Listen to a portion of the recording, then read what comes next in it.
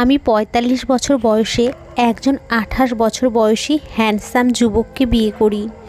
বিয়ের কিছুদিন পর আমার বর তার নিজের মেয়েকে বিয়ে করে রোজ তার সাথে লুকিয়ে শারীরিক সম্পর্ক করত। কারণ আমার বর তো আমার মেয়েকে তার যৌনাঙ্গে, আমার নিজের বর আমাকে ছেড়ে দিয়ে আমার নিজের ২৪ বছরের মেয়ের সঙ্গে বিয়ে করেছিল। আমার বয়স যখন ৪৫ বছর, তখন আমার বিয়ে একটা ২৮ বছরের ইয়াং ছেলের সাথে হয়। আমার নাম রিধিমা। আমার কম বয়সের বরের নাম অতুল। আসলে আমি গরিব ঘরের মেয়ে ছিলাম। আমার বিয়ে অল্প বয়সে হয়েছিল। আমার বাবা মা খুব কষ্ট করে আমাদের মানুষ করেছিল।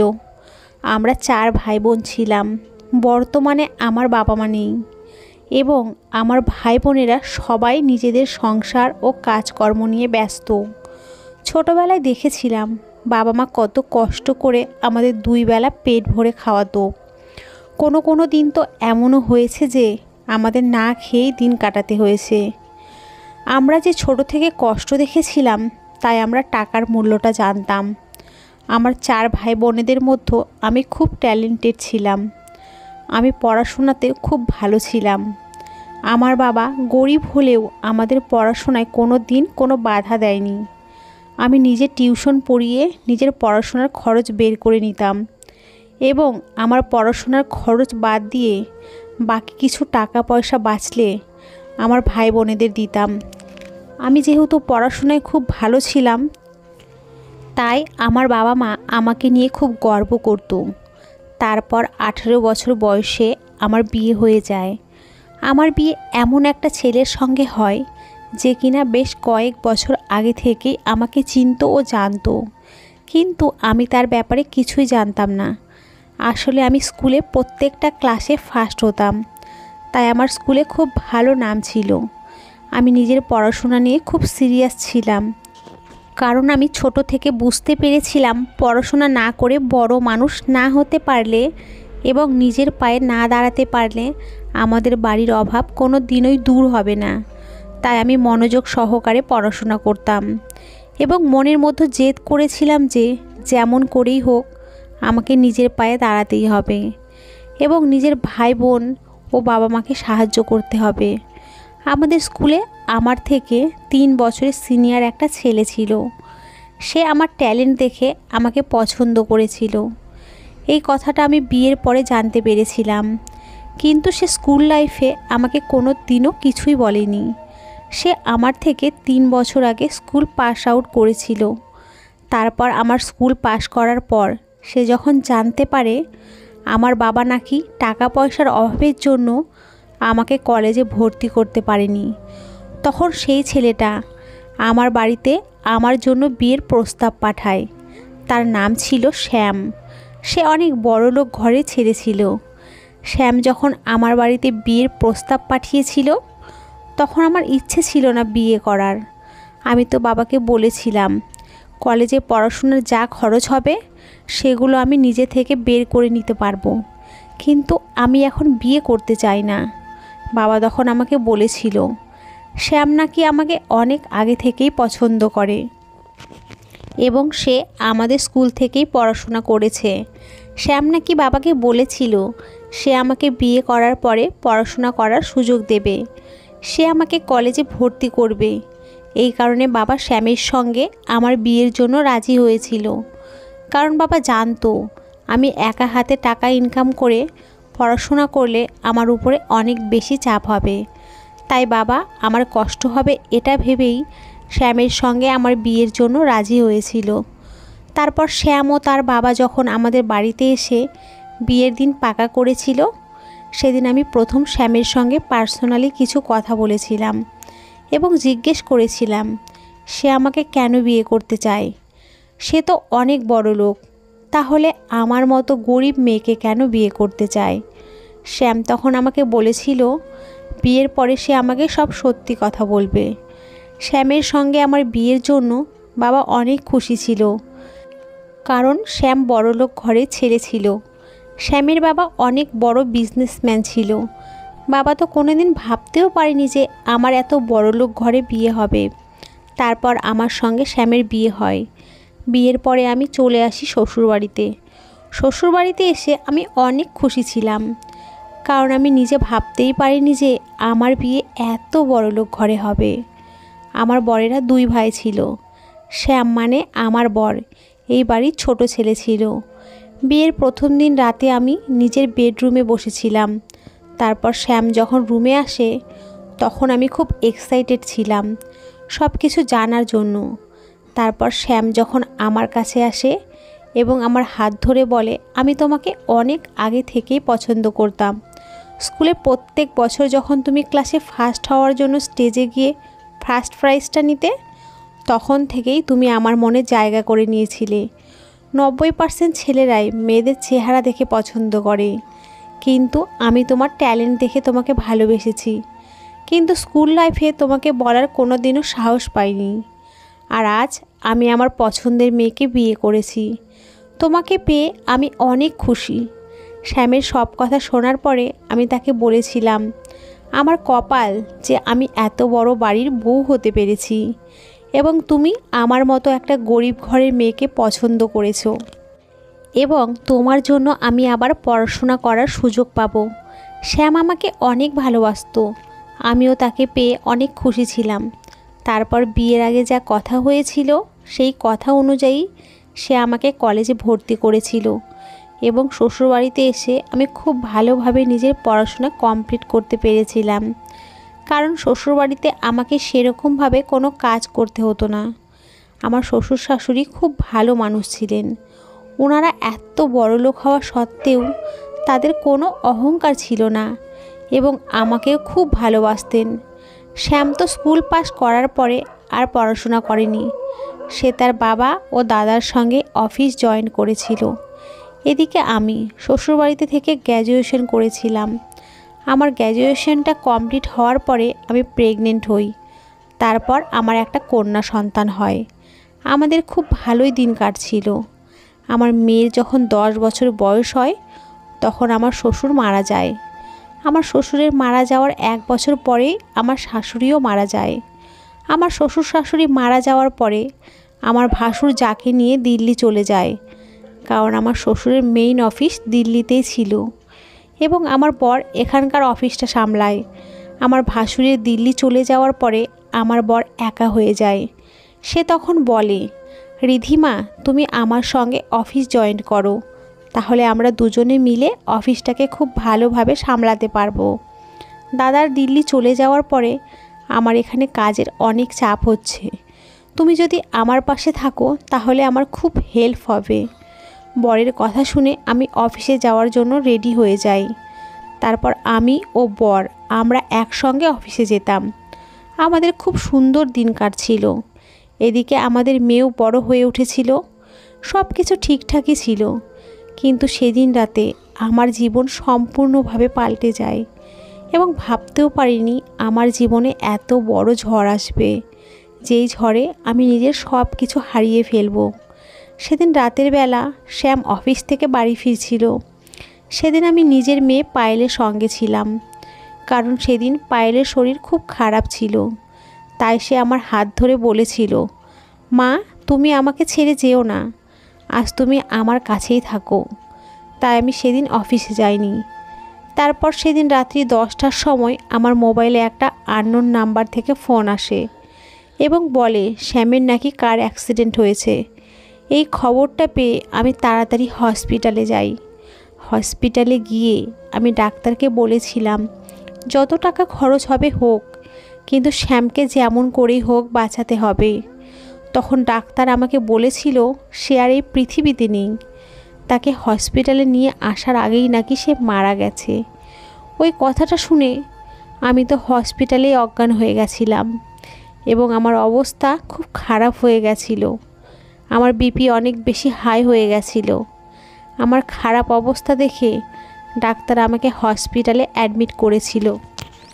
আমি ভাবতেও পারিনি শ্যাম এভাবে আমাকে ও আমার মেয়েকে ছেড়ে চলে যাবে, কারণ আজ একমাত্র তার জন্যই আমি এত ভালো জায়গায় আসতে পেরেছি, আমি নিজের পায়ে দাঁড়াতে পেরেছি। আজ শ্যামের জন্যই আমার বাবা মা ভাইয়ের ভালো অবস্থা হয়েছে, তাদের অভাব দূর হয়েছে। আর শ্যাম আমাকে এইভাবে ছেড়ে চলে যাবে আমি স্বপ্নেও ভাবিনি। যেদিন শ্যামের দাহ হয় সেদিন আমি পুরো পাগলের মতো হয়ে গেছিলাম। এত ভালোবাসার মানুষটা আমাকে ছেড়ে চলে যাচ্ছিল, ওটা আমি মেনে নিতেই পারছিলাম না। পায়েলের বয়স তখন 13 বছর। শ্যামের চলে যাওয়ার পরে আমি সম্পূর্ণভাবে একা হয়ে গেছিলাম, কারণ আমার বাবা মায়েরও বয়স হয়েছিল, তারাও দিন দিন অনেক দুর্বল হয়ে যাচ্ছিল। আমি মাঝে মধ্যে বাবা ও আমার ভাই বোনেদের সঙ্গে দেখা করে আসতাম। শ্যামের চলে যাওয়ার পরে পায়েল খুব একা হয়ে গেছিল এবং সেও তার বাবাকে খুব মিস করত। শ্যামের চলে যাওয়ার পরে আমি 3 মাস অফিসের কোনো কাজকর্মে মন লাগাতে পারিনি। ভেবেছিলাম আর অফিস যাব না। তারপরে আমার ভাসুর ও যা আমাকে অনেক বোঝায় ও বলে, দেখো রিধিমা, শ্যামের এই বিজনেস নিয়ে অনেক স্বপ্ন ছিল, ওই স্বপ্নগুলো এখন তোমাকেই পূরণ করতে হবে। এইভাবে তুমি নিজের জীবন থেকে হার মেনে নিতে পারো না। তোমাকে পায়েলের জন্য সামনের দিকে এগিয়ে যেতে হবে এবং তার ভবিষ্যৎ ভালো করার জন্য তোমাকে এই বিজনেস ধরে রাখতে হবে। ভাসুরের কথা শুনে আমার মনে জোর আসে। তারপর আমি আবার অফিসে যাওয়া শুরু করি। ধীরে ধীরে অফিসের সম্পূর্ণ কাজের চাপ আমার ঘাড়ে এসে পড়ে। তখন আমাকে বাধ্য হয়ে অনেক বেশি স্টাফ ও আগের থেকে আরও বেশি রেসপন্সিবল হতে হয়। শ্যামের চলে যাওয়ার পরে তার ভাগের কাজও আমাকেই করতে হতো। অফিসের অনেক বড় বড় ডিল ও মিটিং সব কিছু আমাকেই হ্যান্ডেল করতে হতো। অফিসের কাজের চাপের জন্য আমি পায়েলকে একদমই টাইম দিতে পেতাম না। মাঝে মধ্যে আমি এত বেশি ব্যস্ত থাকতাম যে অফিস থেকে বাড়ি ফিরতেও পারতাম না। তখন পায়েল নাকি মাসির সঙ্গে ঝামেলা করত এবং বলতো, আমার মায়ের কাছে আমার জন্য এতটুকুও সময় নেই। এই কথাগুলো আমাদের বাড়ির কাজের মাসি আমাকে ফোন করে বলতো। যেহেতু মাসির সঙ্গে আমার অনেক বছরের একটা সম্পর্ক তৈরি হয়েছিল, তাই আমি ওনাকে খুব বিশ্বাস করতাম এবং উনিও বাড়ির সব কথা আমাকে বলতেন। শ্যামের কিছু অনেক বড় বড় কন্ট্যাক্ট ছিল, যেগুলো সে পুরো করার জন্য দিনরাত এক করেছিল, কিন্তু তার আগেই শ্যাম আমাদের ছেড়ে চলে যায়। আমি চাইছিলাম সেই কন্ট্যাক্টগুলো যাতে আমি পূরণ করতে পারি, কারণ শ্যামের একটা স্বপ্ন ছিল। তাই শ্যামের স্বপ্নটা পূরণ করার জন্য আমি দিন রাত কষ্ট করে কাজ করছিলাম, আর এদিকে পায়েল আমার থেকে দূরে হচ্ছিল। এটা আমি ভাবতেও পারিনি যে বরের স্বপ্নটা পূরণ করতে গিয়ে আমি নিজের মেয়েকে নিজের থেকে দূরে করে দিচ্ছি। ধীরে ধীরে পায়েল বড় হয় এবং তার যখন 20 বছর বয়স হয়, তখন আমারও পায়েলের এমন সম্পর্ক হয় যে সে আমাকে মা বলেও ডাকতো না। তার মনে আমার জন্য বিষ ঢুকেছিল। আমার কাজের চাপ এত বেশি ছিল যে আমাকে প্রায় দিনই অফিসে কাটাতে হতো। কোনো দিন হয়তো মিটিং বা কোনো দিন হয়তো বড় ডিল ম্যানেজ করা, এসব করতেই আমি ব্যস্ত থাকতাম। আমি যখন বাড়িতে থাকতাম না, তখন পায়েল সারা রাত নাকি বাইরে থাকতো। মাসি আমাকে ফোন করে সব কথা বলতো। আমি পায়েলকে সম্পূর্ণ ছাড় দিয়ে রেখেছিলাম। ভেবেছিলাম তাকে বেশি শাসন করলে সে হয়তো বিগড়ে যাবে, কারণ এমনিতেই তার কাছে তার বাবা ছিল না। পায়েল যা কিছু চাইতো আমি তাকে সব দিয়ে দিতাম। আমি পায়েলকে কোনো জিনিসের অভাব হতে দিইনি। তার মুখ খোলার আগেই আমি সব কিছু হাজির করে দিতাম। তা সত্ত্বেও সে এত বিগড়ে যাবে আমি স্বপ্নেও ভাবিনি।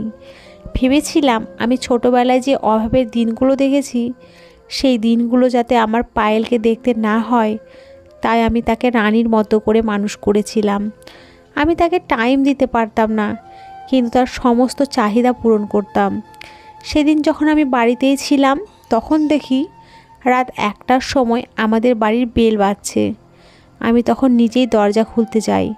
দরজা খুলে দেখি পায়েল ড্রিঙ্ক করে বাড়ি ফিরছে। আমি তখন পায়েলকে বলি, তুমি বাড়িতে ছিলে না? তুমি এত রাতে বাড়ি ফিরছো, তাও আবার ড্রিঙ্ক করে? তোমার সাহস তো কম না? ড্রিঙ্ক করে তুমি আমার সামনে দাঁড়িয়ে মাতলামো করছো?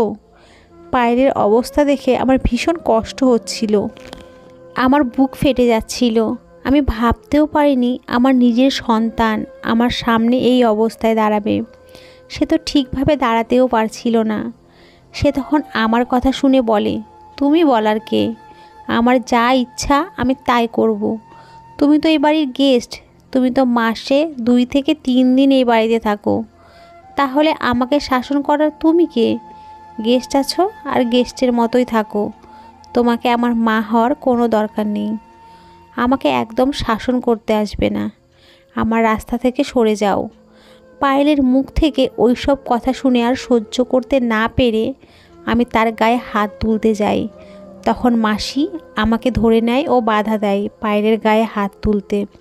তারপর আমি আর সহ্য করতে না পেরে মাসিকে বলি, তুমি পায়েলকে আমার চোখের সামনে থেকে নিয়ে যাও। মাসি তখন আমার কথা শুনে পায়েলকে ওর রুমের মধ্যে নিয়ে যায়। পায়েলের ওই অবস্থা দেখে আমি ওখানেই বসে কাঁদতে শুরু করে দিই ও ভাবতে থাকি যে আজ যদি পায়েলের বাবা বেঁচে থাকতো তাহলে পায়েলের আজ এই অবস্থা হতো না। ওই ঘটনাটা হওয়ার কিছুদিন পরেই আমাকে একজন ফোন করে বলেছিল পায়েল নাকি তার একজন মুসলিম ছেলে বন্ধুর সঙ্গে প্রত্যেক দিন হোটেলে গিয়ে সময় কাটায়। সেদিন আমি বাড়ি এসে পায়েলকে এই কথাগুলো জিজ্ঞেস করেছিলাম। পায়েল তখন বলেছিল এটা একদমই মিথ্যা কথা, তার অনেকগুলো ছেলে বন্ধু আছে, কিন্তু তার কোনো লাভ আর নেই। সেদিন আমি পায়েলকে বলেছিলাম তোমাকে আমি অনেক বেশি ছাড় দিয়েছি, তার মানে এই নয় তুমি আমার মান সম্মান সব কিছু নষ্ট করে দেবে।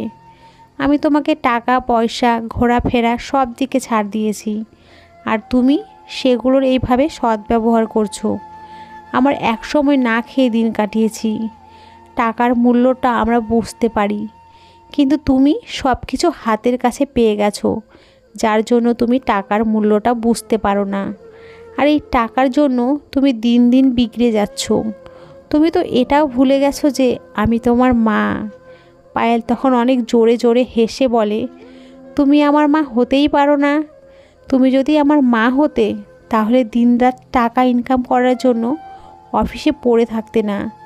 ছোট থেকে তুমি আমাকে বাড়িতে একা ফেলে চলে যেতে অফিসে, আমাকে মাসি সামলাতো। শুধু টাকা পয়সা দিয়ে দিলেই মা হয়ে যায় না। তুমি শুধু টাকা পয়সাই দিয়েছো আর অন্য কিছু দিতে পারোনি। তুমি কোনো দিনও ভালোবাসা দিতে পারোনি, এই জন্যই তোমাকে এখন আর মা বলতেও ভালো লাগে না। আমি তখন পায়েলের কথা শুনে বলি, ঠিক আছে, আজ থেকে তোমার সব পকেট মানি বন্ধ, তোমাকে আমি 1 টাকাও দিব না। তোমার যা দরকার হবে তুমি আমাকে বলবে, আমি তোমাকে সব জিনিস এনে দেব, কিন্তু তোমাকে আমি 1 টাকাও দিব না। এটাই আমার শেষ কথা। পায়েল তখন আমার দিকে আঙুল দেখিয়ে বলে, তুমি এরকম করতে পারো না, আমি টাকা ছাড়া থাকতে পারবো না, তুমি আমার পকেট মানি বন্ধ করতে পারবে না। আমি তখন পায়েলকে বলি, তুমি যদি নিজেকে চেঞ্জ না করো তাহলে আমি তোমাকে 1 টাকাও দেব না। আর হ্যাঁ, আজ থেকে তুমি নিজের কাজ নিজেই করবে, তোমার যা খেতে ইচ্ছা করবে তুমি সেটা নিজেই রান্না করবে, মাসি তোমার কোনো কাজ করে দেবে না। মাসি আজ থেকে আমাদের বাড়িতে থাকবে না, তাই তোমার কাপড় কাচা এবং তোমার বাকি সমস্ত কাজ তুমি নিজেই করবে, এটাই আমার শেষ কথা। এই বলে আমি বাড়ি থেকে বেরিয়ে অফিসের জন্য রওনা দিই। অফিস যাওয়ার সময় পায়েল প্রত্যেকটা কথা মনে করে আমার বুকটা কষ্টে ফেটে যাচ্ছিল। সেদিন আমি ভেবেই নিয়েছিলাম প্রত্যেক দিন 5 মিনিট হলেও আমি পায়েলকে সময় দেব। সেদিন আমি অফিস থেকে বাড়ি এসে পায়েলের সঙ্গে একটু নর্মাল হওয়ার চেষ্টা করেছিলাম। তারপর আমি একটু একটু করে পায়েলকে সময় দিতাম। তারপর আমরা ধীরে ধীরে আমার মনে হচ্ছিল পায়েল যেন আমার সঙ্গে নর্মাল হওয়ার চেষ্টা করছিল। সেদিন আমিও পায়েল সকালবেলা উঠে এক্সারসাইজ করছিলাম। ঠিক ওই সময় আমার কোমরে ব্যথা উঠে যায়। পায়েল তখন আমাকে ধরে নিয়ে যায় আমার বেডরুমে। তারপর আমাকে বুঝিয়ে বলে, মা দেখো, তোমার অনেক বয়স হয়েছে, তুমি এইভাবে উল্টো পাল্টা নিজের ইচ্ছে মতো এক্সারসাইজ করো না, একটা ট্রেনার বাড়িতে রেখে নাও, তাহলে সে তোমাকে সঠিকভাবে এক্সারসাইজ করিয়ে দেবে। তুমি সোশ্যাল মিডিয়াতে একটা পোস্ট দাও যে তোমার একটা ট্রেনার দরকার, তারপর দেখো কত ট্রেনার এখানে আসার জন্য লাইন লাগিয়ে দেবে। পায়েল যখন আমাকে ভালোবেসে এই কথাগুলো বলছিল তখন আমার মনটা ভরে যাচ্ছিল। পায়েলের মনে আমার প্রতি এত ভালোবাসা দেখে আমার খুব ভালো লাগছিল এবং আমার ধীরে ধীরে বিশ্বাস হচ্ছিল যে পায়েল হয়তো বুঝতে পেরেছে যে আমি তাকে কতটা ভালোবাসি। আমি তখন তার কথায় রাজি হয়ে যাই এবং আমি সোশ্যাল মিডিয়াতে পোস্ট দিই যে আমার একটা ট্রেনার লাগবে। তার 1 ঘন্টা পরেই দেখি একটা ট্রেনার আমাদের বাড়িতে আসার জন্য রাজি হয়েছিল। তার পরের দিন সকালবেলা আমি ওই ট্রেনারের জন্যই অপেক্ষা করছিলাম। তারপর দেখি সে ট্রেনার চলে এসেছে। সেই ট্রেনারের বয়স কাছাকাছি 28 বছর ছিল এবং সে দেখতে অনেক সুন্দর ও হ্যান্ডসাম ছিল। আমাদের এই ট্রেনারের নাম ছিল অতুল ঘোষ। অতুল যখন প্রত্যেক দিন আমাদের বাড়িতে আসতে শুরু করে তখন ধীরে ধীরে সে আমাদের বাড়ির মেম্বারের মতোই একজন হয়ে ওঠে। কিন্তু জানি না কেন পায়েল অতুলকে একদমই পছন্দ করতো না। আমি যখন সকালবেলা অতুলের সঙ্গে এক্সারসাইজ করতাম, পায়েল কিন্তু আসতো না এবং সে একদিন আমাকে পার্সোনালভাবে বলেছিল সে অতুলকে পছন্দ করে না। আমি তখন পায়েলকে জিজ্ঞেস করেছিলাম তাকে না পছন্দ করার কারণটা কি। সে তখন উত্তর দিয়েছিল তার নাকি মনে হয়েছিল অতুল নাকি আমার দিকে লুকিয়ে লুকিয়ে তাকায় এবং তার মনে আমাকে নিয়ে হয়তো কোনো ফিলিংস আছে। আমি তখন পায়েলকে বলেছিলাম তুমি এটা কী ধরনের কথা বলছো? অতুলের বয়স 28 বছর, আমার বয়স 45 বছর। সে আমার থেকে অনেক ছোট। সে আমাকে ওই রকমভাবে কেন দেখবে? তোমার মনের এটা ভুল ধারণা। কিন্তু আমি পায়েলকে কোনো মতেই বুঝিয়ে উঠতে পারিনি। এদিকে অতুলের সঙ্গে আমার ভালো ফ্রেন্ডশিপ হয়ে যায়, কারণ অতুল 28 বছরের হলেও সে 40 বছরের ছেলেদের মতোই কথা বলতো। আমি যখন পায়েলের ব্যাপারে তাকে বলেছিলাম তখন সে আমাকে বলেছিল আমি যাতে পায়েলের সঙ্গে একটা বন্ধুর মতো ট্রিট করি, তাহলে পায়েল ঠিক হয়ে যাবে। আমি যখন অতুলকে বলেছিলাম পায়েল তোমাকে পছন্দ করে না, তখন অতুল বলেছিল ধীরে ধীরে পায়েল আমাকে পছন্দ করবে এবং আমি সব কিছু ঠিক করে দেব। তখন আমি অতুলকে বলেছিলাম তার মানে তুমি কি বলতে চাইছো? আমি বুঝতে পারলাম না। অতুল তখন হঠাৎ করে আমার হাত ধরে বলে আমি তোমাকে পছন্দ করি এবং তোমাকে বিয়ে করতে চাই। আমি তখন তাড়াতাড়ি তার হাতটা ছাড়িয়ে নিয়ে বলেছিলাম তোমার সাহস কি করে হলো আমার হাত ধরার? আমি তোমার সঙ্গে ফ্রিভাবে কথা বলছি, তার মানে এই নয় তুমি লিমিট ক্রস করবে। অতুল তখন বলেছিল আমি কোনো কিছুরই লিমিট ক্রস করছি না। আমি এই ব্যাপারে পায়েলের সঙ্গে কথা বলবো। আমি যদি পায়েলকে রাজি করাতে পারি তারপরেও কি তুমি আমাকে বিয়ে করবে না? আমি পায়েলের একজন ভালো বাবা হয়ে দেখাবো। আমি পায়েলের মাথার ছাদ হতে চাই। আমি পায়েলকে বাবার ভালোবাসা দিতে চাই। তুমি কি চাও না? আমি তখন অতুলের মিষ্টি মিষ্টি কথায় ফেঁসে যাই।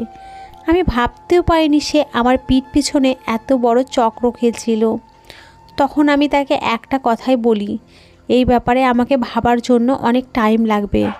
আমি এমন কোনো কাজ করতে চাই না যার জন্য আমার মেয়ে আমার থেকে দূরে সরে যায়। এই বলে আমি মাথা নিচু করে ঘরে চলে আসি।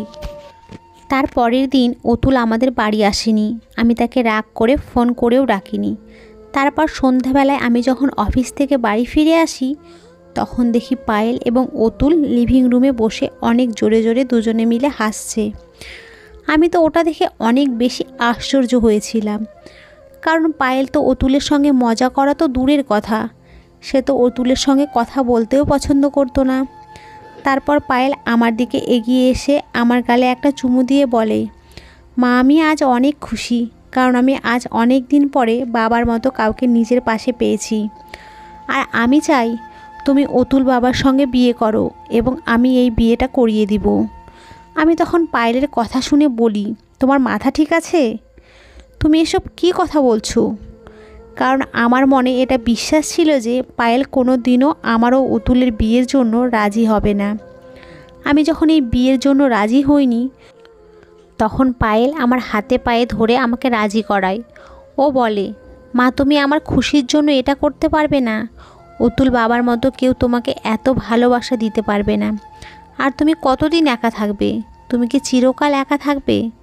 আমি তখন পায়েলের হাত ধরে বলি তুমি যেটা করতে চাইছো সেটা কোনো দিনও হবে না, কারণ অতুল আমার থেকে অনেক ছোট। সমাজের লোক হাসাহাসি করবে, সমাজের লোক আমাদের নিয়ে ঠাট্টা করবে।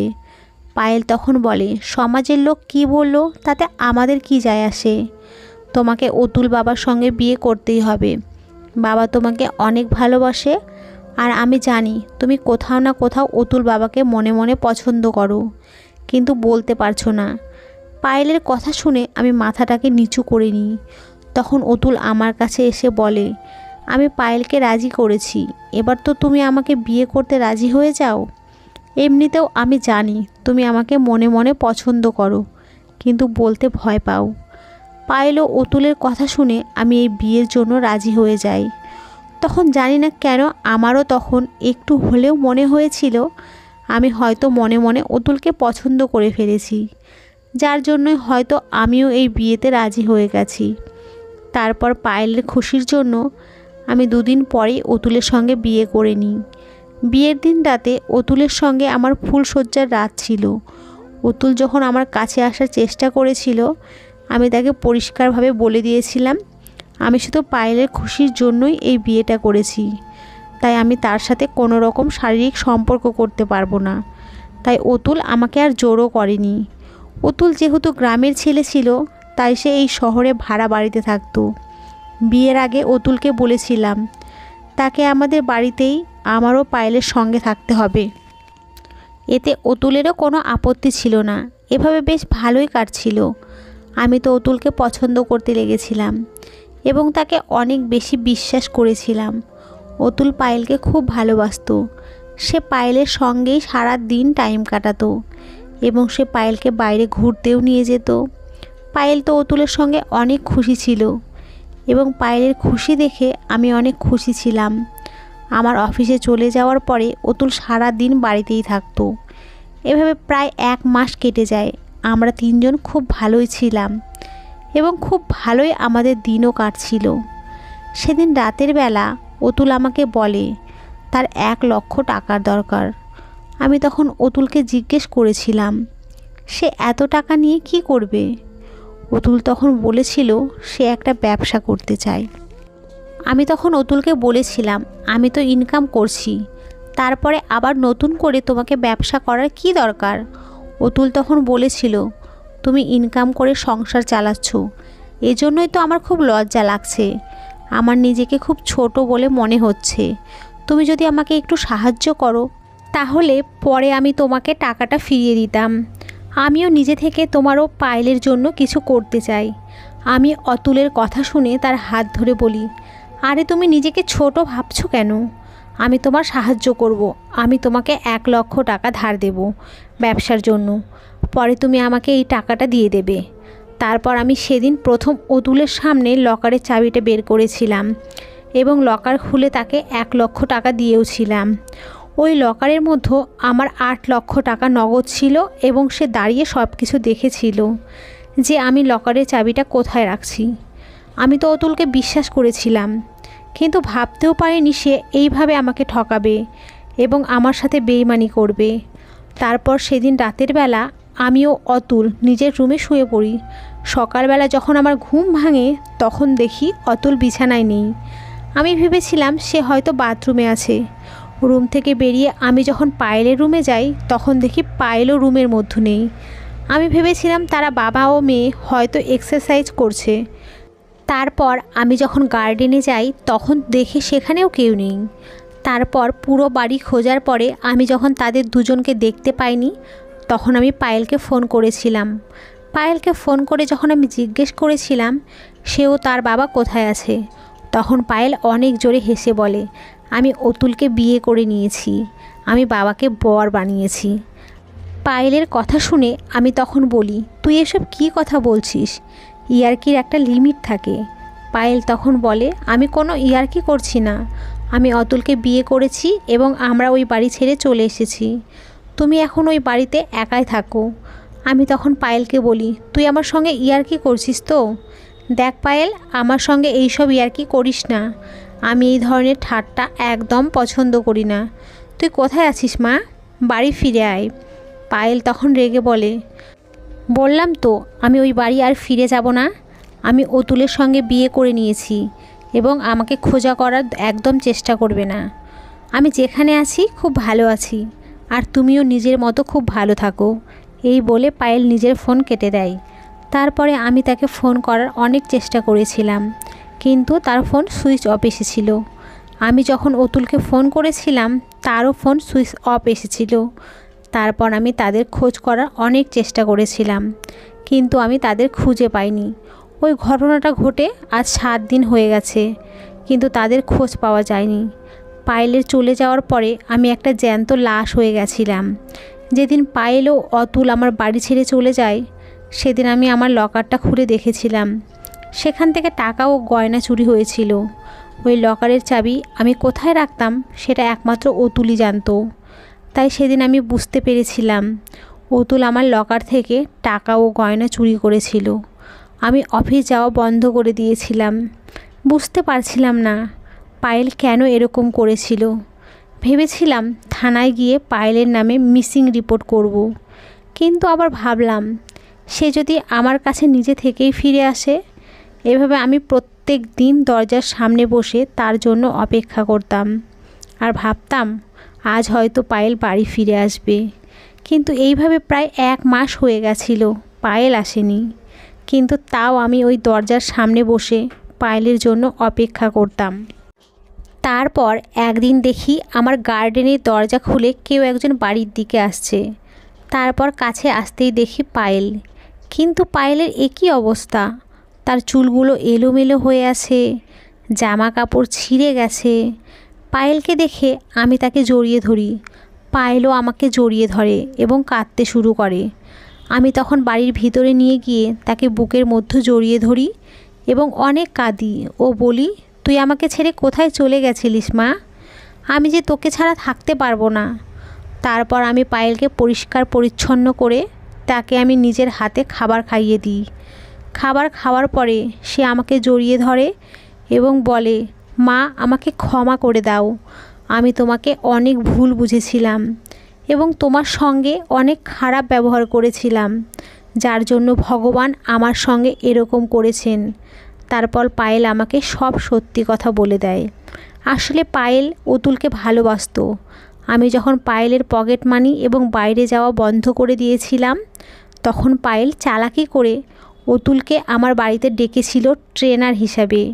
এবং আমি যখন অফিসে চলে যেতাম তখন পায়েল অতুলের সঙ্গে সম্পর্ক করত, যেটার ব্যাপারে আমি কোনো দিনও জানতেও পারিনি। তারপর পায়েল অতুলকে বলেছিল যে সে যাতে আমাকে বিয়ে করে, আমার মনে তার প্রতি বিশ্বাস ও ভরসা তৈরি করে। তারপর অতুলকে বিয়ে করার পরে আমি যখন তাকে টাকা পয়সা এবং সোনা গয়নার ব্যাপারে সব কথা বলবো, তারপর অতুল ও পায়েল যখন জানতে পারবে আমার টাকা পয়সা ও সোনার গয়না কোথায় আছে, তখন তারা দুজন আমার সোনা গয়না ও টাকা পয়সা নিয়ে বাড়ি থেকে পালিয়ে যাবে। এবং তারা যেটা ভেবেছিল সেটাই হয়েছিল। সেদিন রাতের বেলা দুইজন লকার থেকে টাকা পয়সা সোনা গয়না বের করে বাড়ি থেকে পালিয়ে যায়। তারপর অতুল পায়েলকে নিয়ে অন্য শহরে গেছিল। সেখানে গিয়ে তারা একটা ভাড়া বাড়িতে উঠেছিল। তারপর ওই বাড়িতে পায়েলের সঙ্গে অতুল 2 দিন ছিল। তারপরে সেদিন সকালে পায়েল ঘুম থেকে উঠে দেখে অতুল বাড়িতে নেই এবং সোনা গয়না ও টাকা পয়সাও নেই। তারপর পায়েল যখন অতুলকে ফোন করে তখন অতুলের ফোন সুইচ অফ এসেছিল। পায়েল তখন বুঝতে পারে অতুল তাকে ঠকিয়ে আমার সোনা গয়না ও 8 লক্ষ টাকা নিয়ে পালিয়ে গেছে। ওই সময় পায়েলের কাছে 1 টাকাও ছিল না যে সে আমাকে ফোন করেই কথাগুলো বলে। এবং পায়েল যেহেতু আমার সঙ্গে খুব খারাপ ব্যবহার করেছিল, তাই সে লজ্জায় আমাকে আর ফোনও করেনি। অতুল যখন পায়েলকে একা ছেড়ে পালিয়ে গেছিল, তারপরে পায়েলের খুব খারাপ অবস্থা হয়েছিল। পায়েল যখন ওই বাড়ির ভাড়া দিতে পারেনি, তখন বাড়ির মালিক পায়েলের হাতের আঙুল থেকে সোনার আংটিটা জোর করে খুলে নেয় এবং তাকে মারধর করে বাড়ি থেকে ধাক্কা মেরে বের করে দিয়েছিল। ওই সোনার আংটিটা আমি পায়েলকে তার জন্মদিনে উপহার হিসেবে দিয়েছিলাম। ওই মুহূর্তে পায়েলের কাছে আর কিছুই ছিল না। তারপর সে বাধ্য হয়ে রাস্তায় বসে ভিক্ষে করে। সেদিনই পায়েল বুঝে গেছিল যে নিজের মাকে ঠকিয়ে সে কত বড় অন্যায় ও পাপ করেছে। সে যেহেতু ভুল করেছিল এবং সে নিজের ভুল বুঝতে পেরেছিল, তারপর সে মনের জোর হারায়নি। অনেক কষ্ট করে লোকের কাছে সাহায্য চেয়ে টাকা জোগাড় করে আজ আমার কাছে ফিরে আসতে পেরেছে। আমার কাছে ফিরে আসার পরে পায়েল আমার হাতে পায়ে ধরে ক্ষমা চেয়েছিল এবং বুঝতে পেরেছিল এই জীবনে এক একটা টাকার কত মূল্য আছে, এই জীবনে বাবা মায়ের কত মূল্য আছে। সে বুঝতে পেরেছিল একটা আলগা মানুষকে বিশ্বাস করে নিজের মাকে ঠকিয়ে অনেক বড় ভুল করেছিল। পায়েলের মুখ থেকে সব কিছু শোনার পরে আমি অতুলের নামে থানায় গিয়ে রিপোর্ট করেছিলাম, কারণ সে আমার 8 লক্ষ টাকা ও অনেকগুলো সোনার গয়না নিয়ে পালিয়েছিল। এই জন্যই বলে, নিজের বাবা মা যতই শাসন করুক না কেন, বাবা মা কোনো দিনও তার সন্তানের খারাপ চাইবে না। প্রত্যেকটা বাবা মা সব সময় তার সন্তানের ভালো চায়। তাই বাবা মাকে ভালোবাসা ও তাদের শ্রদ্ধা করা প্রত্যেকটা ছেলে মেয়ের কর্তব্য। ভুল করেও কেউ পায়েলের মতো নিজের মা কিংবা বাবাকে ঠকাবে না, নইলে পায়েলের মতোই এত খারাপ দুর্গতি হবে। আজ আমিও পায়েল একসঙ্গে একই বাড়িতে থাকি, পায়েলের মতোই এত খারাপ দুর্গতি হবে। পায়েল এত চেঞ্জ হয়ে গেছে যে আমি কোনোদিনও স্বপ্নেও ভাবিনি আমার পায়েল একদিন এত বুদ্ধিমতী হবে। ওই ঘটনাটা হতে আজ 3 বছর হয়ে গেছে। পায়েলের জন্য আমি একটা ভালো পাত্র দেখেছি এবং ওই ছেলের সাথে পায়েলের বিয়ের কথা ভাবছি। পায়েলকে যখন বলেছিলাম আমি তার জন্য একটা পাত্র দেখছি, তখন পায়েল আমাকে জড়িয়ে ধরে বলেছিল, আমি তোমাকে ছেড়ে এই বাড়ি থেকে কোথাও যাব না, আমি তোমার সঙ্গে এই বাড়িতেই থাকব, আমি চিরকাল তোমার সেবা করতে চাই, আমার বিয়ে করার কোনো দরকার নেই। আমি তো ভাবতেও পারিনি আমার পায়েল একদিন এত রেসপন্সিবল হবে। এই পৃথিবীতে একমাত্র বাবা মায়ের ভালোবাসায় তার বাচ্চাদের প্রতি নিঃস্বার্থ ভালোবাসা হয়। তাছাড়া এই পৃথিবীর প্রত্যেকটা মানুষ একে অপরের সঙ্গে স্বার্থ বজায় রেখে কাজ করে। তো বন্ধুরা, আজকের গল্পটি এই পর্যন্তই। যদি গল্পটি ভালো লেগে থাকে তাহলে অবশ্যই আমাদের চ্যানেলটিকে সাবস্ক্রাইব করে আমাদের পাশে থাকবেন। সকলে খুব ভালো থাকবেন, সুস্থ থাকবেন। নমস্কার।